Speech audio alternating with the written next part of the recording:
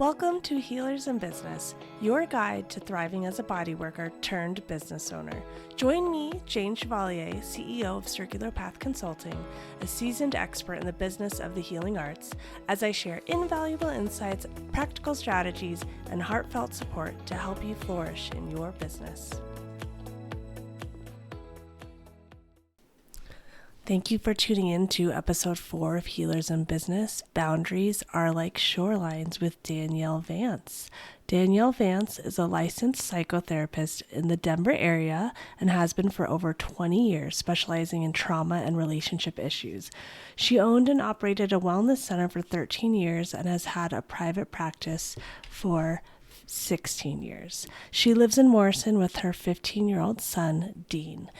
Here we are with Danielle Vance. Danielle, thank you so much for being on the show today with Healers in Business. I'm just so grateful to have you on to discuss the topic of boundaries. Hi, Jane. Thanks so much for having me. I'm happy Yeah. to be here today. Yay. That's awesome.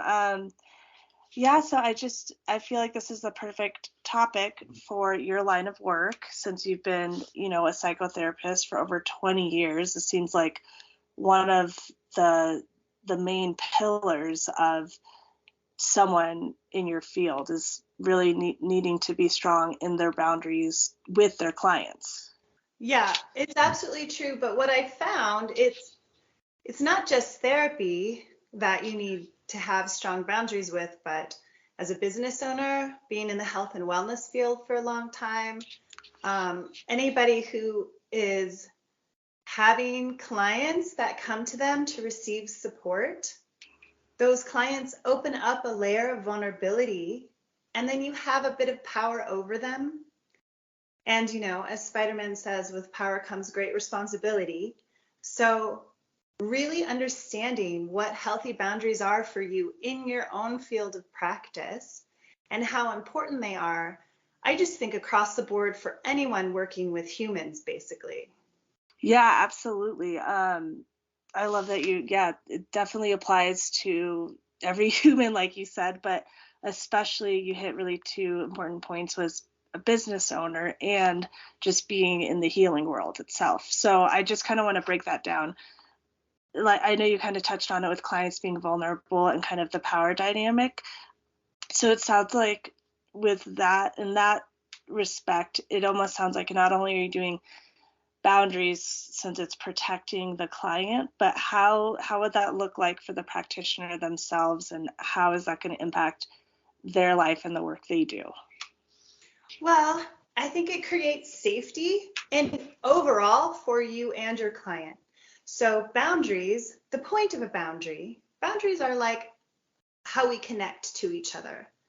So oftentimes people think boundaries are a separation or maybe a wall. And in our culture, we're not taught boundaries very well. We're taught if you love me, if you like me, if we're connected, then you would do anything for me. And no doesn't mean love, it doesn't mean connection. And what boundaries teach us is that it is a point where you meet and I meet, or where I end and you begin, that we actually cannot connect without an effective boundary. So boundaries are protective of the space. So we have let's say using business, for example, spatial boundaries, welcoming the client in, orienting them to the room. This is where you're going to be in the room. This is where I'm going to be in the room. Something as simple as that, down to being really clear about your business practices. In my business, if I I have a 24-hour cancellation rule, and when clients cancel on me on the last moment, I make them well aware in my paperwork. I make it incredibly clear when I speak to them for the first time and we're going through all the paperwork that I hold that time for them. If they cancel within that 24 hours, I will charge them in full. But I think it's a good boundary to explain what your ethics and your rules are, but also then upholding that boundary. And the first time I let go of that boundary and I don't honor it, there is a drop in the connection, because then maybe that client knows, or however they interpret it, maybe it's not seen as respectful. But when I am consistently holding the boundary, let's say of that fee, then clients learn to actually respect me and know just where I stand. But then they can relax and know just where they stand as well and what's expected of them. There's no guessing. There's no magical mind reading, you know. And of course, as I say that, I think boundaries are shorelines, not brick walls. You know, so if you think of a beach, a shoreline is flexible. Maybe it's different all the time, but it's very clearly there. Where a brick wall boundary is like always and nevers. And so ideally, those boundaries then can like if somebody's had an emergency, let's say, and it's just an exceptional emergency, of course, I wouldn't charge them. So it also sounds like it's like, okay, it can be negotiable sometimes, like, hey, if this particular agreement on the boundary isn't working for me anymore, can we try something else? Or do you feel like when it comes to being the professional business owner, you kind of have to be consistent in those? Does that question make sense? Yeah, no, absolutely. I mean, I think you have to lay down, as with any boundary, you have to lay down, you know, the ideal. And of course, people can negotiate boundaries, space, needs, wants. Communication is really important. And, you know, I think because you hold the space for your practice, you know, your practice is an embodiment of who you are. And you are the one that has the power in that situation. So ultimately, it's for you to decide. But absolutely, negotiation around any boundaries is important. Yeah, and it definitely seems like once you're holding to that, you're going to attract the right clientele you want to be working with anyway, who are going to respect and work with you in those boundaries. Yeah, and in my line of work, when somebody violates a boundary, I get really curious and help them understand. I work with them to understand what happened for that boundary. So for what I do, it's important to also explore the people that can't hold or negotiate boundaries, because that's what they're also there to learn. But it's different for each practice, you know, like a massage therapist isn't there to teach boundaries, so they have to be very strong with their boundaries, and just very clear and very communicative, for example, you know, because they're there for a different reason, I suppose. Definitely.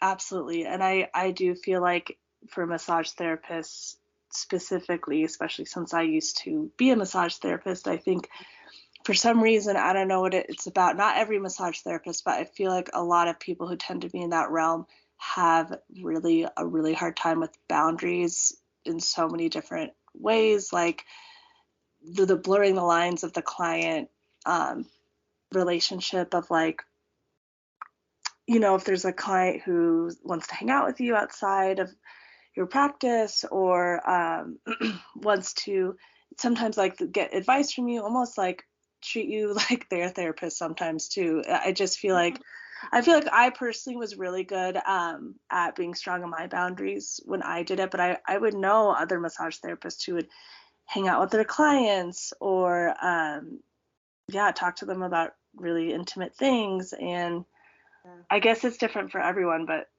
yeah, for me, or also another example is letting them cancel their clients who cancel multiple times without charging them because they're scared that if they put up that boundary, the client's never going to come back. And so I knew a lot of massage therapists who would do that too. Yeah, and this is tricky, right? And so like going back to the friend piece, for example, you know, and with what I do, that's never ever allowed. Like I can't have any other dual relationship in any way.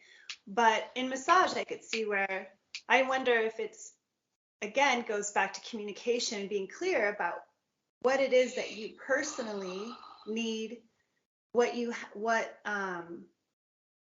comfortable for you, and then maybe with really clear communication with this individual of like, you know, I'm happy to go out and, you know, come to the party. You know, I enjoy your company, but know that ultimately I am your massage therapist and it could make things weird. And so we both have to be really clear about what our intentions are around this. Mm-hmm.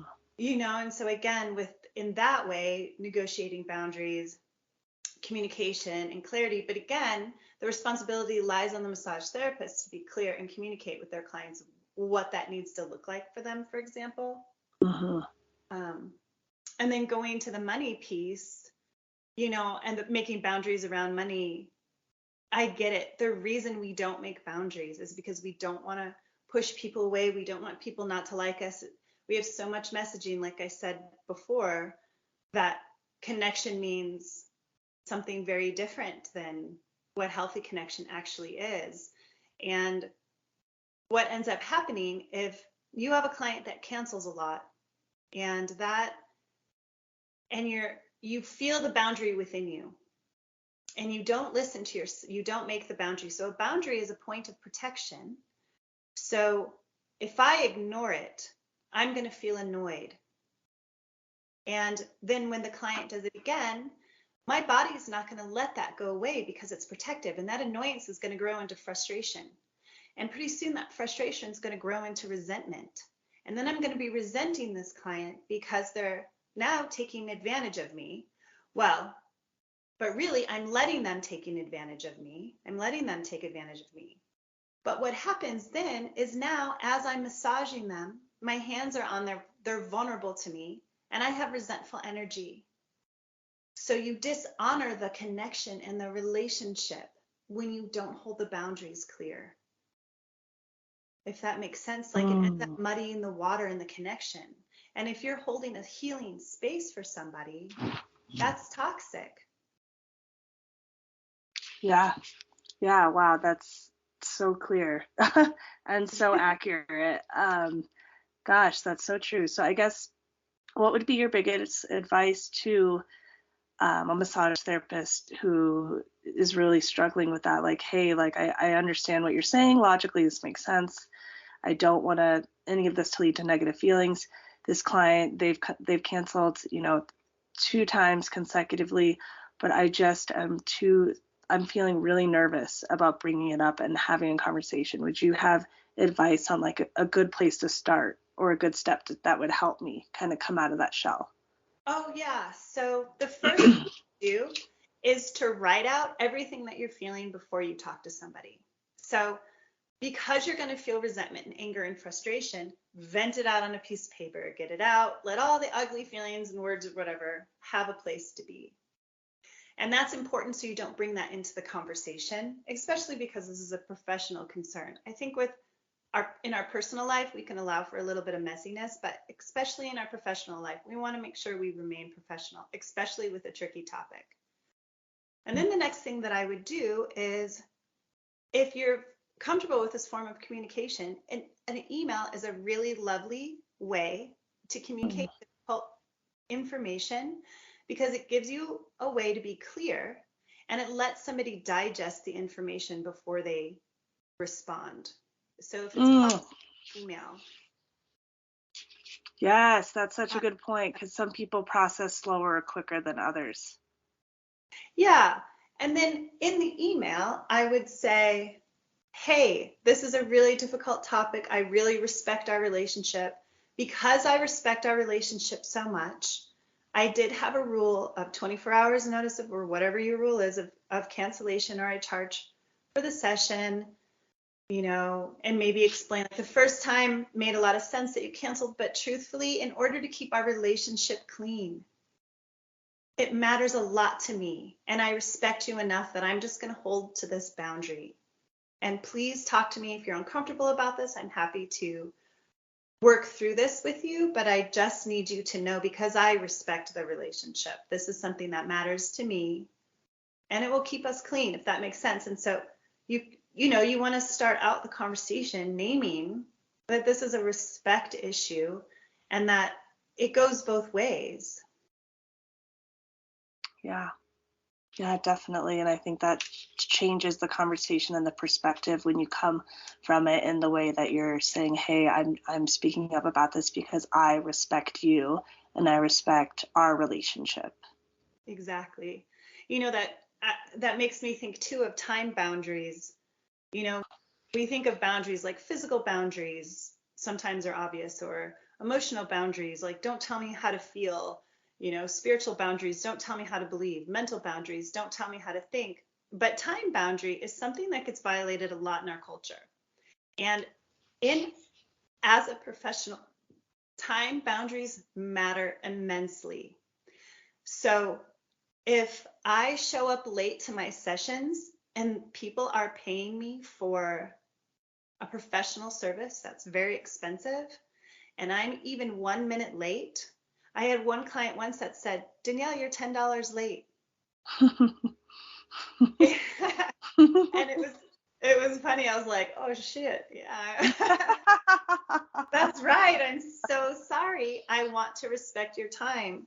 And it's the same. So when I have clients that show up late, even though it's their session and they're paying, I also, so if I violate the time boundary, I always make sure to give them time at the end, or tell them I owe them then that whatever, 2 minutes, $10, however it is. And so it's my job to repair that and make it right.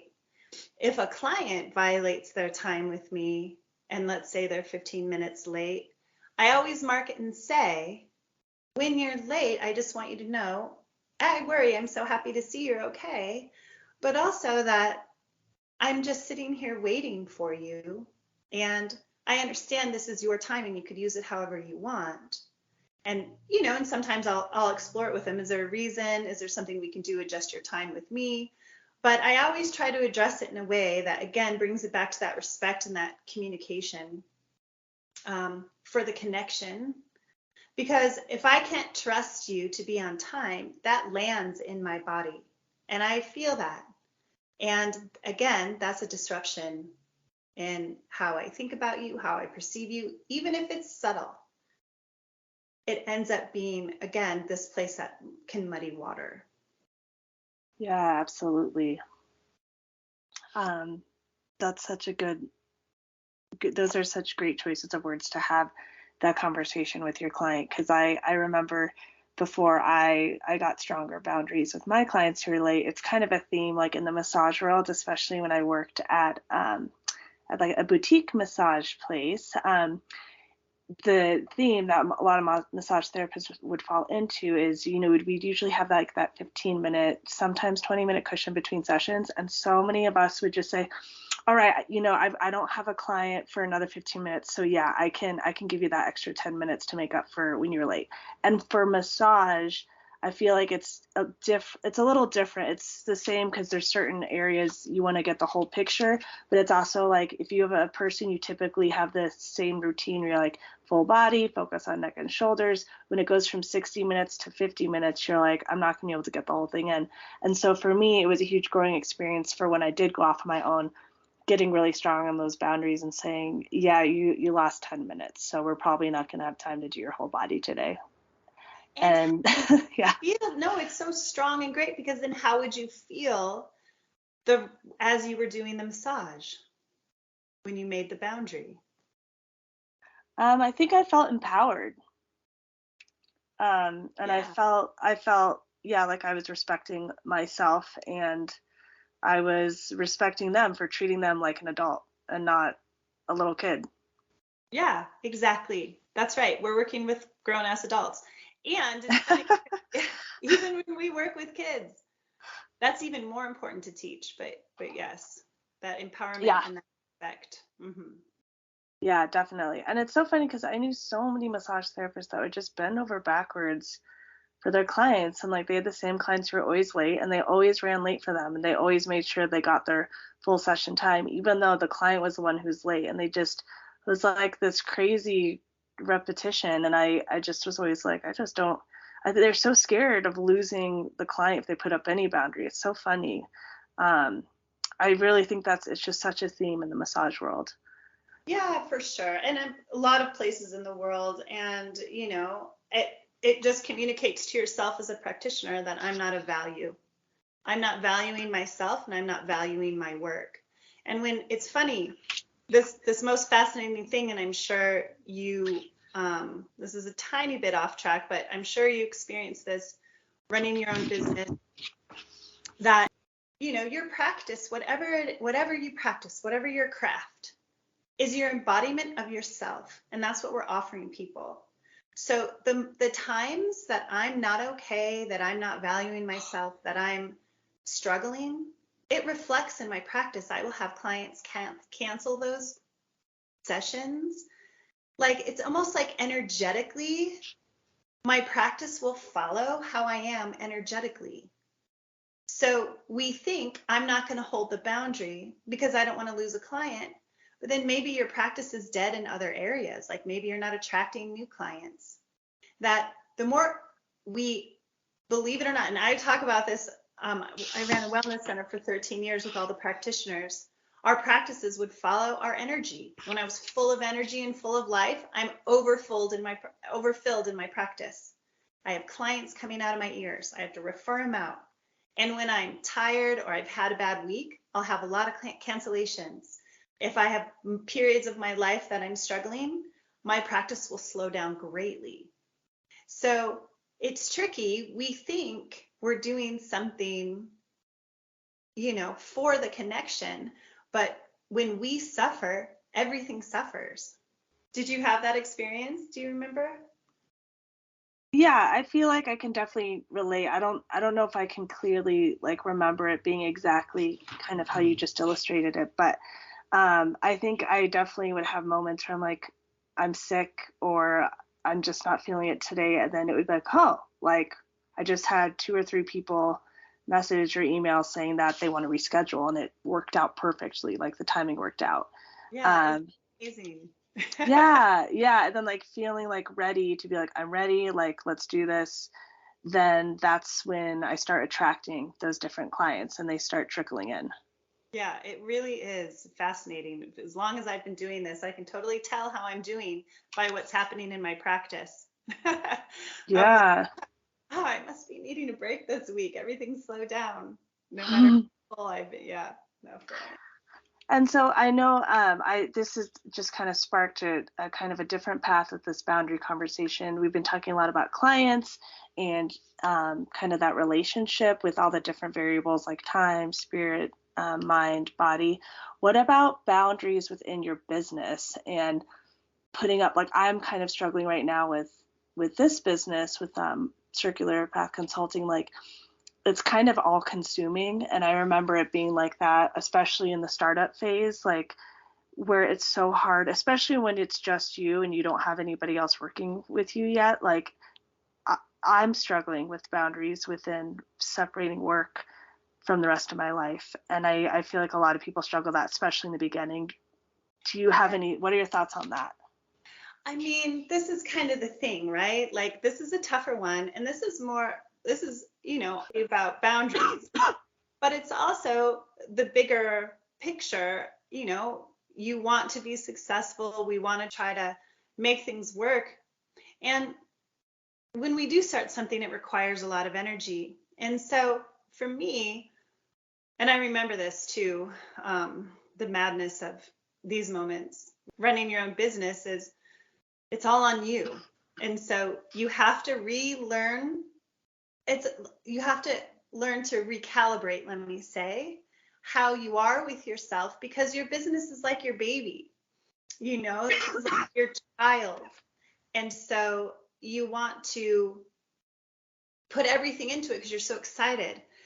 So for me, especially learning boundaries, my body will tell me every single time I need to make the boundary. Your body will not lie.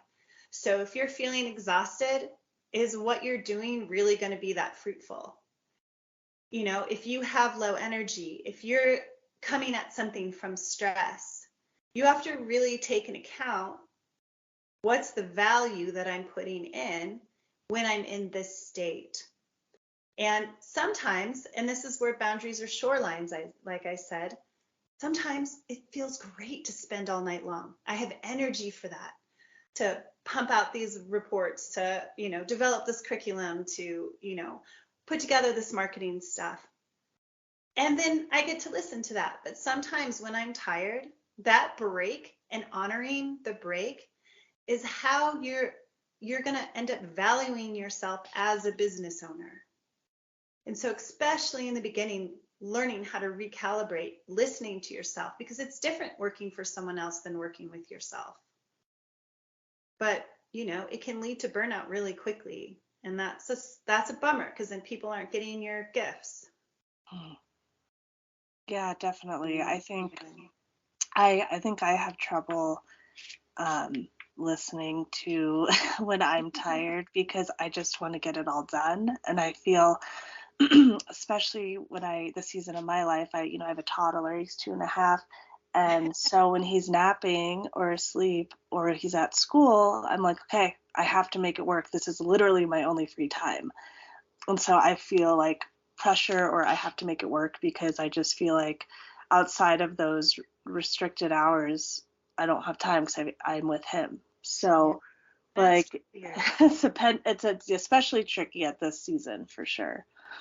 And I think too, sometimes our perspective of what's happening makes a difference too. So for example, that's legit, right? If that's the only time you have to truly focus, even though you're exhausted, you'd rather nap or you'd rather exercise or sometimes eat and shower, depending on, But I think we can be clear with ourselves. So this is where we negotiate with ourselves, right? Like, okay, we just bring it more conscious and mindful. I'm aware this is the time that I have, and I love that I'm going to start this business, that I'm designing this business. So instead of thinking I have to do this now, can I choose to do this now? Can I take responsibility for choosing to do this instead of shower or to exercise? Because then we end up feeling less like victim around it. This is a trick we do to ourselves all the time. I'm going to say yes to somebody and I really meant no, but like moving, for example, when people ask you to help them move, nobody a resounding yes, right? Like, oh, I love, right? But we all say yes, even though it sucks. And, so if I were to say yes and then show up resentfully, that's even heavier of an emotion, of a state in my body. Then I'm exhausted before I even start. But if I take responsibility, okay, I'm going to do this even though I don't want to right now. It kind of can help shift your whole state of being. Like, I'm going to choose this. This isn't happening to me. I'm choosing this. And sometimes it can lighten it up a little bit and help you to actually get more present because you're touching in on what it is that you're actually doing. Versus like when we mindlessly just like, fuck, I'm just going to hurry up and get it done and like rush it out and make sure, I think there's a completely different disconnect going on when we're in that space versus setting up the space in a more mindful way. Yes, absolutely. And I think that's what keeps me going is having that that mindset of I get to do this. I'm lucky. I have this space right now. So I'm looking forward to this. Yeah. And it helps. Nothing's going to be perfect, but it's all meant to be helpful. Yeah. There was one story. I got a massage recently and it was the worst boundaries. I wanted to share it. I don't know if we have time for that. Yes, definitely. Okay. So I'm going to tell the story and I want to remind you that I have been a trauma therapist for over 20 years. All I do is heal trauma. Unfortunately, a majority of the trauma I heal is sexual trauma because that's one of the biggest traumas in our culture, especially for women. I teach women all kinds of stuff about their bodies and their yeses and their nos, and I heal all this stuff, right? I've healed my own trauma. And I like to say that because even someone like me who's very well practiced in this violation during this massage still had a great impact on me. It was horrible. So it was the first time I agreed to have a massage by a man. It really just never came up before. And so I showed up for the massage and he was this huge African-American man. And I laid down on the table, you always go face down first. And, I get totally naked when I'm on the table because that's the most comfortable. And I was aware as I was laying down, I was like, okay, this is a man. I normally like quiet massages because I listen for a living. And I'm really clear about saying, I really love it to be quiet in here because I get too exhausted otherwise. But with him, I felt like I needed to talk to connect, to kind of get a sense of who he was. What ended up happening, we ended up talking, and he, I guess, got the vibe that I was friendly, because I am friendly. I can be charming. Like, we were kind of cracking jokes. And at one point, as the massage started and we were kind of getting comfortable, so maybe this was like 15 minutes in, I could feel his phone. He had his phone on the massage table right next to my leg. And he was, first of all, texting. Every time he would switch to a body part, he would like move. I could feel his phone and I could feel him texting. So first of all, that was a trip. Like, how horrible. And because I was face down, but I could actually feel it. So that was the first icky. Like, could you imagine? Oh, that's, yeah, definitely not Yeah. supposed to be doing that. Yeah, so he wasn't even present with me. And he was like rubbing one spot over and over again. And I actually I'm like, okay, that spot's raw now. And he's like, oh, I just felt it. Like he's trying to cover it up. As the massage is going, and then I'm starting to feel resentful. And I didn't want to say, dude, are you texting right now as you're massaging me? I started to feel this part of me that was like, start to kind of shut down and play nice as I was going because he's a man for maybe all the different reasons. And so I had a hard time even naming my boundary of please don't text while you're massaging me. So then, as the massage is going, he starts commenting on my body in ways that sound really uncomfortable.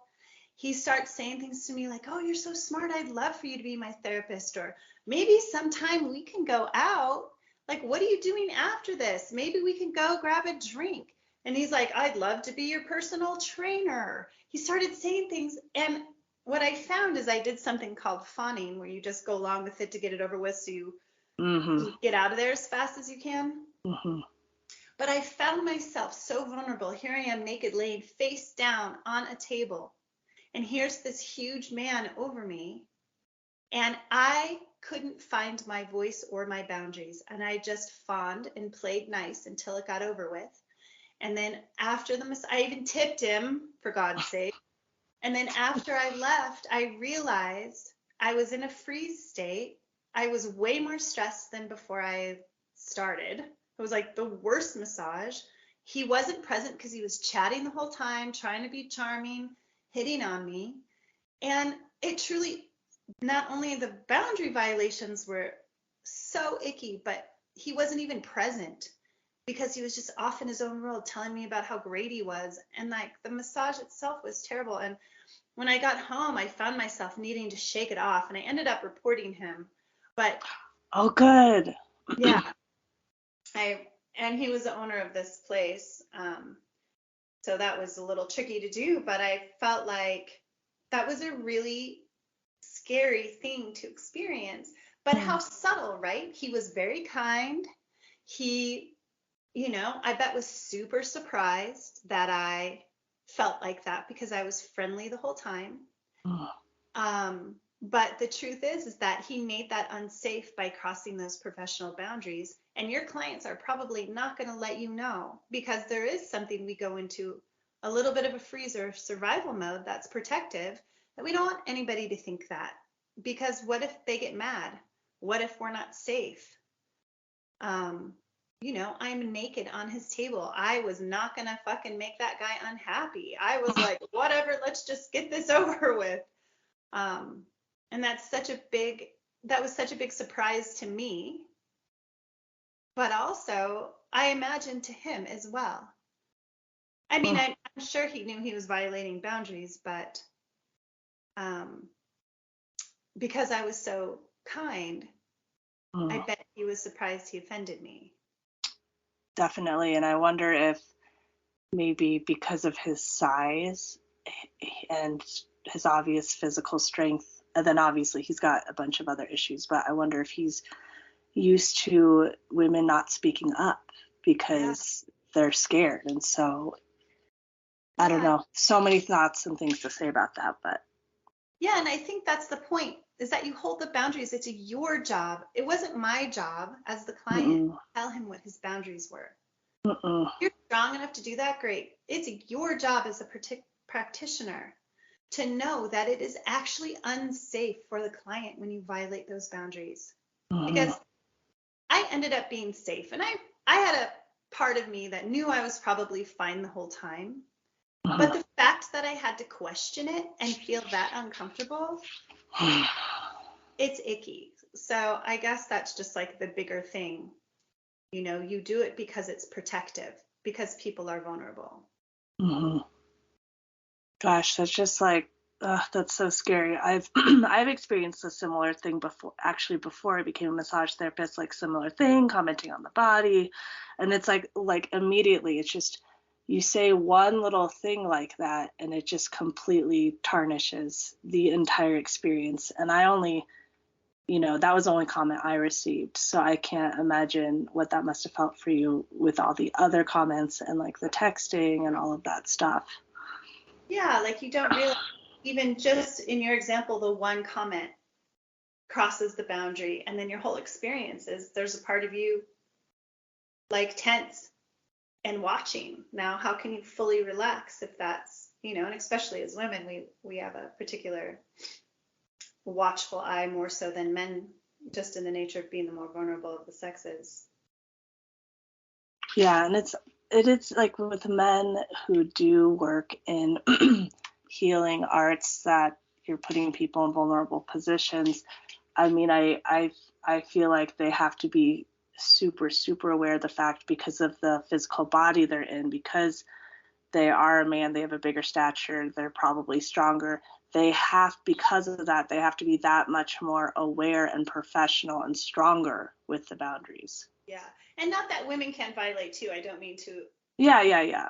But it's definitely a smaller percentage, I can tell you. But yeah, men have to really be careful because of the nature of being vulnerable. Absolutely, for women. Yeah. That's funny. This actually sparked a memory. I have like an opposite story of a man who did a really fantastic job. Beginning of my massage career, I did a massage trade with a guy who was a massage therapist. I don't remember how we met, but we did a trade, and he was super professional, made me feel so comfortable. Massage was great. I think I was like snoring for the second half of it, like super relaxed, felt so safe. No hint of anything but just pure professionalism. And I was like, great, cool. Did a massage trade. It went really well. He did a great massage. Great. I leave, say bye. And then he calls me a couple hours later, and I was like, I wonder why he's calling me. And he actually called me and was like, hey, I didn't want to make you feel uncomfortable during the massage. So, of course, I didn't bring this up. But since the trade is complete and we're kind of out of the clinical massage setting, I wanted to talk to you just person to person. And I wanted to ask you out. And he like asked me out. And I don't remember where it went. It didn't go anywhere, but it was just an example of like how you could actually be professional. Like, don't you think that was he handled that so well?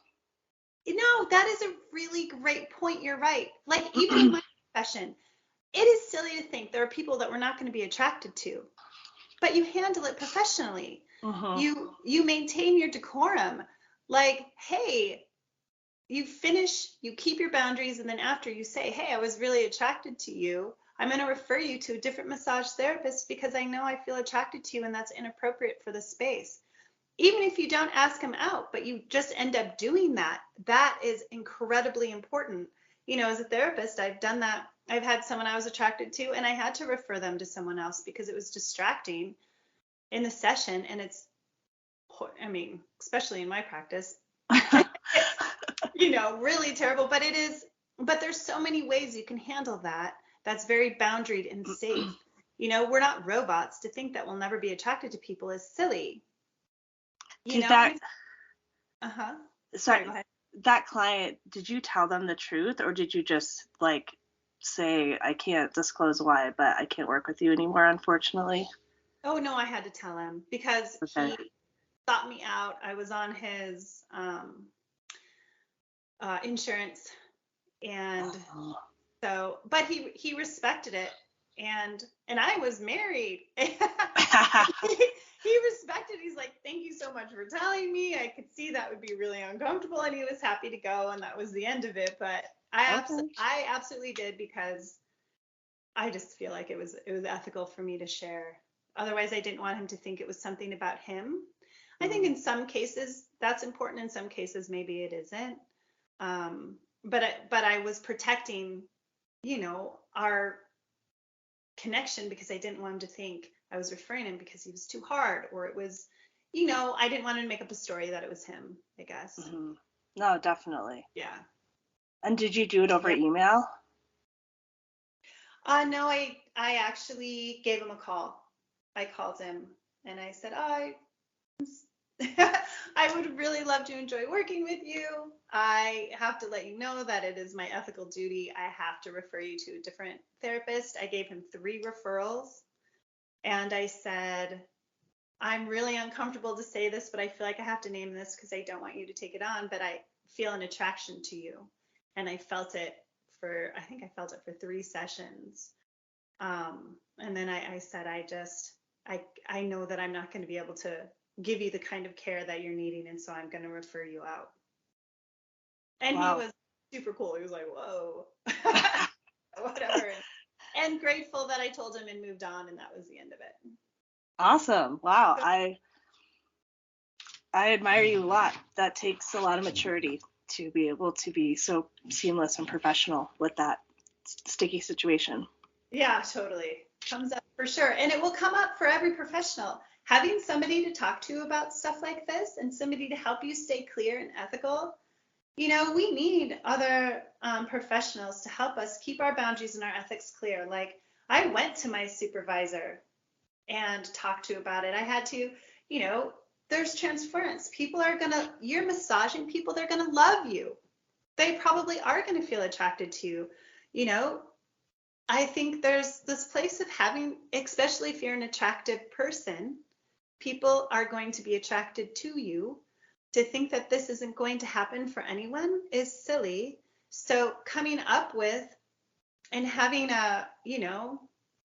some kind of cushion for yourself, like someone to talk to and to deal with this, is just responsible. We all have to have that for whatever it is that comes up, in our work. Yeah, definitely.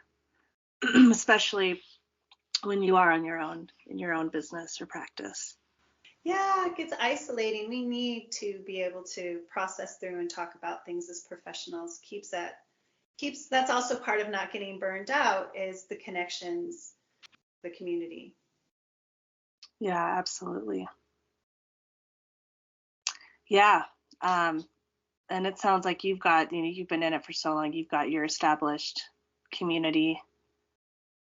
Yeah. It's an essential part of my practice is, talking to other therapists, running by tough situations, clients, even business practices. I just raised my prices, and I just talked to a good friend who's a psychologist as well, and I was asking her how she handles it, and she helped me write this really cool email because I increased my price quite a bit. And I was so grateful for her help, and it helps me also to feel stronger increasing my prices and to feel more clear and grounded. So then when I did talk to my clients, I was clear instead of wishy-washy, which is always, better to be clear. Yeah, absolutely. Well, congratulations on that. No, thanks. It's really important to keep up with the climbing inflation. So yeah. And that's another boundary too, is like your value. So yes, exactly. See, your business value. Exactly. The boundaries are everywhere. If we pay attention, they're so vital. And the more clear you are about who you are, your wants, your needs, your true yeses, your true nos, that's authenticity, and it's vulnerability, but it makes you a safer practitioner. People just can feel you, see you, know you. They know just where they stand. They don't have to guess. If people have to guess where you stand and what you're doing, and if you're wishy-washy and back and forth all the time, that lands in their bodies. We first perceive everything through our body. And then I end up feeling a layer of protection because you're inconsistent or you're not clear. And I keep having, like, that's too much energy for me to spend as the client. And so it's like, maybe it's helpful for you to get really clear as you're starting your business about what your perfect situation is as a practitioner. And if you could write the perfect situation and the perfect clients and your perfect pay and like all the fantasy of what you think it'll look like, it will inform you of what your true wants, yeses, and nos are. And then you back engineer it from there. Okay, knowing this, these are the boundaries that I personally need to stay a really healthy, clear, connected practitioner. That responsibility, it helps us start to get insight to it. Yes, absolutely. And it also sounds like it helps, like, you attract the type of clientele you want to. Mm-hmm. Yeah, that clarity. Yep, it's always good regardless for multiple reasons, right? Yes, absolutely. No, we just need that, especially in the healing arts, because it's just so much of us are being just tapped into that. That's like that one of the most important self-care pieces is what you just said, knowing your wants, your yeses, and your nos, and being clear and grounded in it. Yes, I used to teach a yoga teacher training, and I was teaching trauma and boundary work, of course. And one of the things in the spiritual communities, in the healing communities, in the yoga community, that we think being an authentic, open person always means to have an open heart, that we are compassionate, open to everything. And in psychology, we think that's actually really hurtful. That to be open to everything means that you're going to have to sacrifice and do things and accept things that aren't good for you. And that's not actually healthy, and that's not what actual authenticity is. But we get these messages that to be a good, truthful, authentic person is a yes all the time. And that if we're spiritual, we're a yes all the time. And if we're healers, we're, we're open. But sometimes the compassionate thing is to have a closed heart and to say no. And even if it disappoints somebody, it's okay because it's truthful and it's real. And our job as practitioners aren't to make everybody happy. Our job is to help them. And when you say yes and you mean no, you're lying. And that's not actually compassionate.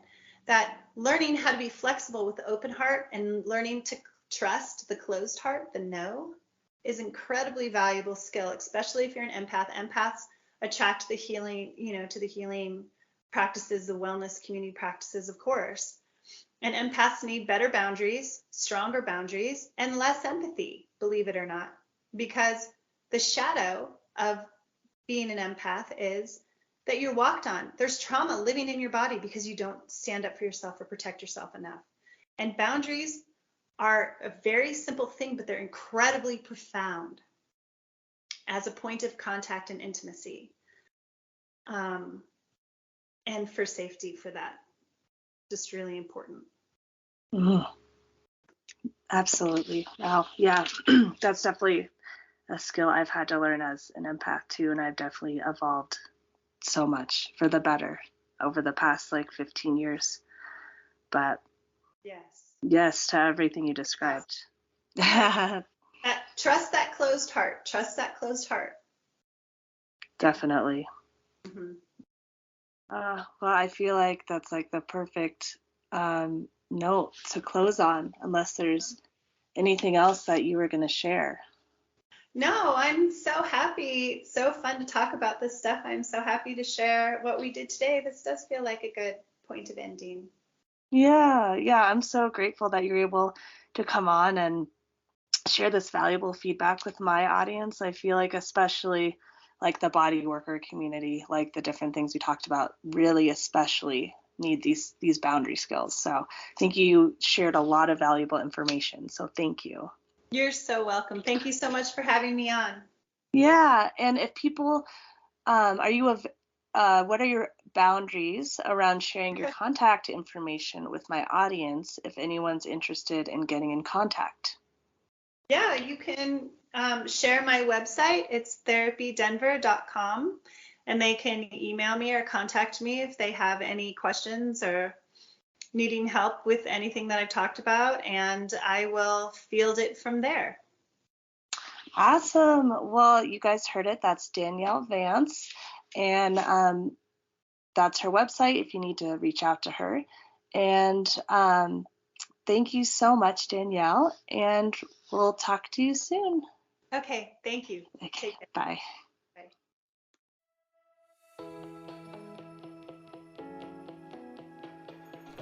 Thank you for joining me with Danielle Vance speaking on boundaries today on Healers in Business. And please tune in next week for episode 5, How to Pivot Your Client. Take care, friend.